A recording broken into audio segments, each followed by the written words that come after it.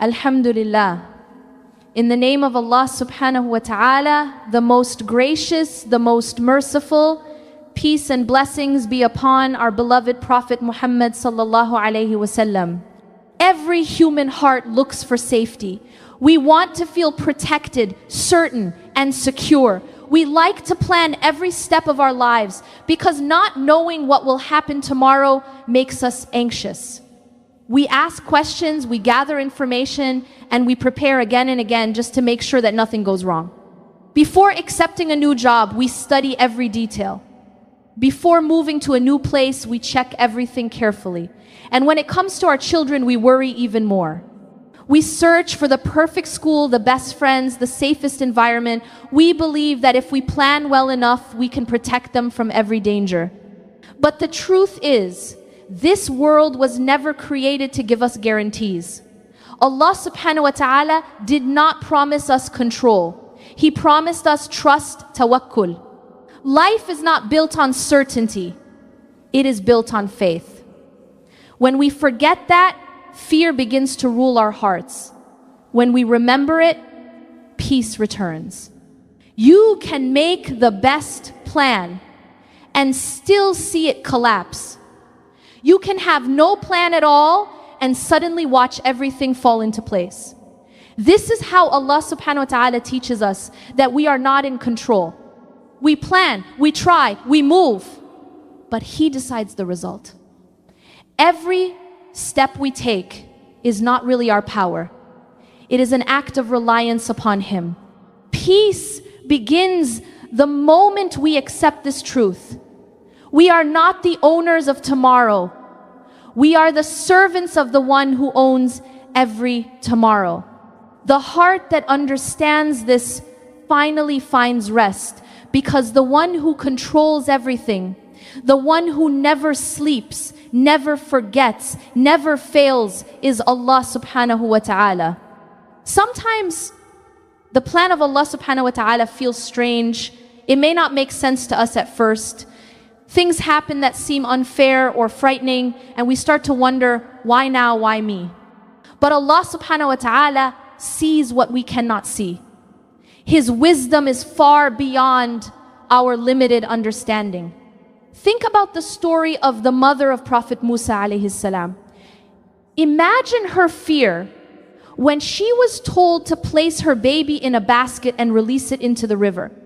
For any mother, that command sounds impossible. How can a flowing river protect a newborn child? Her heart must have been breaking, yet she obeyed. She trusted that Allah subhanahu wa ta'ala would never abandon her or her son. That moment of surrender became the start of a miracle. The same river that could have drowned the child carried him safely to the palace of Fir'aun, the most powerful man on earth at that time. And through that very house, Allah subhanahu wa ta'ala raised Musa alayhi salam, the one who would later destroy Fir'aun's tyranny and free an entire nation. Subhanallah, what looked like loss was actually protection.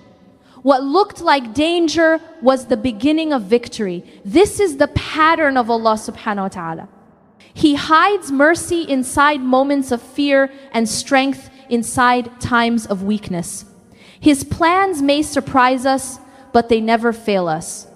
Maybe right now, you are holding on to something that hurts, a dream that broke, a prayer that feels unanswered, a path that suddenly changed. You might think your life is falling apart.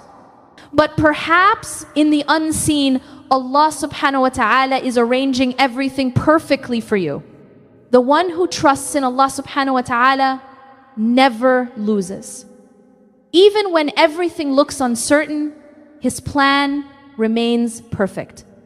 So hold on to your faith. Breathe deeply and say, my Lord knows what I do not, and His plan will always be better than mine. Every parent carries a quiet fear inside the heart. Will my children stay on the right path? We try so hard. We guide, we teach, we protect, and we pray. Yet deep down we know the truth. Guidance is not something we can give. It is a light that Allah subhanahu wa ta'ala places where He wills. You can build the best home and give the best advice, but if Allah subhanahu wa ta'ala does not open the heart, words will not enter. You can warn again and again, but the ears may not hear. And sometimes, without any teacher at all, a heart suddenly wakes up and begins to love Allah because guidance comes from Him alone. Look at Prophet Yusuf alayhi salam. He was taken away from his father as a child, sold as a slave, and surrounded by strangers. He had no parent to remind him to pray, yet he grew up with patience, truth, and purity. Who raised him in faith except Allah subhanahu wa ta'ala? Then remember Prophet Nuh alayhi salam. He called his people for hundreds of years. He never stopped inviting them to Allah, but even his own son did not believe. Imagine the pain of that father, a prophet, whose child turned away while others listened. Guidance cannot be forced, it is given. Even our beloved Prophet Muhammad sallallahu alaihi wasallam told his daughter Fatima radiallahu anha, "O Fatima, save yourself from the fire, for I cannot save you before Allah." If the Messenger of Allah sallallahu alaihi wasallam could not guarantee salvation for his own daughter, then what about us? Our role is effort, not control. We can plant the seed, but only Allah subhanahu wa ta'ala makes it grow. So if your child loves the prayer, say Alhamdulillah. And if they turn away, do not lose hope. Keep making dua. Keep showing mercy. Every tear you cry for them is seen by Allah, and every sincere prayer you make is written with Him. Guidance does not come from power or status, it comes from humility and from hearts that keep knocking on the door of Allah subhanahu wa ta'ala. Never stop knocking, because His door never closes. Faith is like a seed. When it is planted early, it grows deep roots. That is why the first lessons we give our children matter so much. But faith is not only about memorizing words or repeating prayers. Real faith lives in the heart, not just on the tongue. Sometimes we think education only means information, learning verses, memorizing du'as, or knowing the rules. But Iman is more than that. It is not just to know Allah subhanahu wa ta'ala by name, but to feel His presence, to see His mercy in every moment. Knowledge fills the mind, but faith fills the soul.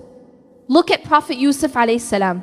Even when he was a young boy, taken far away from his home, the lessons from his father Yaqub alayhi salam stayed alive inside him. His father had not given him long lectures. He had given him love and remembrance of Allah subhanahu wa ta'ala. That love became the anchor that protected him when no one else was there. As parents, we often want to control the future of our children, their careers, their grades, their choices. But the most important thing we can give them is not control. It is connection. Teach them to talk to Allah subhanahu wa ta'ala when they are happy and to cry to Him when they are lost. Let them see you make dua with tears, so they learn that faith is not a subject, it is a relationship. When we show our children that the prayer is peace, not punishment, that Islam is light, not restriction, then their hearts will love it naturally. Guidance begins early, not by force, but by warmth. We cannot make them believe, but we can make belief beautiful. Every gentle reminder, every bedtime dua, every kind example builds faith quietly inside them. And one day, when life becomes heavy, those early seeds of faith will bloom again, reminding them that Allah subhanahu wa ta'ala never left their side. After faith comes responsibility. The most beautiful responsibility Allah subhanahu wa ta'ala gave us is salah. It is the heartbeat of our faith, the daily meeting between the servant and the master. But when this connection weakens, everything else in life begins to shake. Allah subhanahu wa ta'ala says in the Quran that a generation came after the righteous people who wasted the prayer. Notice, he did not say they left the prayer, but that they wasted it. To waste the prayer means to perform it without presence, without feeling, without heart. The body moves, but the soul is absent. When we rush through salah just to finish it, we lose the meaning behind it. When our tongues say Allahu Akbar, but our minds wander to work, money, or people, we lose the connection that was meant to give peace. Prayer is not meant to be a burden. It is meant to be a refuge, a place where the tired heart finds rest. The real tragedy is not that people forget to pray, but that they pray and still feel empty. Because the prayer that does not touch the heart cannot change the life. Salah was never meant to be a habit, it was meant to be transformation. It is the reminder that no matter what happens in the world, you still belong to Allah subhanahu wa ta'ala. Think of it. Every time you stand on the prayer mat, you are invited by the King of all kings. You are being called to speak directly to the one who created you. The problem is not that Allah subhanahu wa ta'ala is distant. It is that we no longer listen. We treat salah like a task, not a treasure. The Prophet Muhammad sallallahu alaihi wasallam said that the coolness of his eyes was in prayer. For him, salah was comfort, not duty. If we can rebuild that feeling, our lives will change. When prayer becomes alive again, faith will return to our hearts, peace will return to our homes, and light will return to our faces. So ask yourself gently, have I prayed or have I just moved? Did I speak to Allah subhanahu wa ta'ala or did I speak to the air? The difference between the two decides the difference between a restless heart and a peaceful one. When people lose their prayer, they soon lose their direction. The heart that no longer kneels before Allah subhanahu wa ta'ala begins to kneel before desires. That is how confusion enters a generation. Today we are surrounded by messages that tell us to follow our feelings, our wants, our impulses.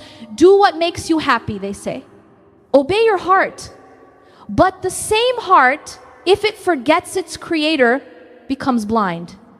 Desires can look beautiful and still lead to destruction. Allah subhanahu wa ta'ala warns us in the Quran that those who waste the prayer begin to follow their desires. It is not an accident, it is a pattern. When remembrance fades, desire takes the throne. We start to live for what feels good, not for what is right. Look around. We live in a world where everything is about comfort, pleasure, and speed. We are told to chase luxury, success, and fame. Yet depression rises, anxiety spreads, and hearts feel empty. Why? Because desires can never fill the space that was made for faith. When people follow every wish without guidance, they lose their purpose. The soul becomes tired from running after things that never satisfy. That is why Allah subhanahu wa ta'ala calls us to discipline, not to punish us, but to protect us. Real freedom is not the ability to do everything you want. It is the strength to say no when your desire leads you away from Him. Our Prophet Muhammad sallallahu alaihi wasallam said, "The strong person is not the one who defeats others, but the one who controls himself when angry."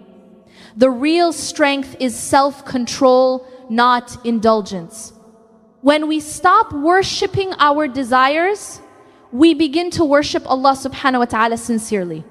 My dear sisters and brothers, the modern world will keep telling you that truth is personal, that everyone can make their own rules. But remember, the heart without guidance will always wander.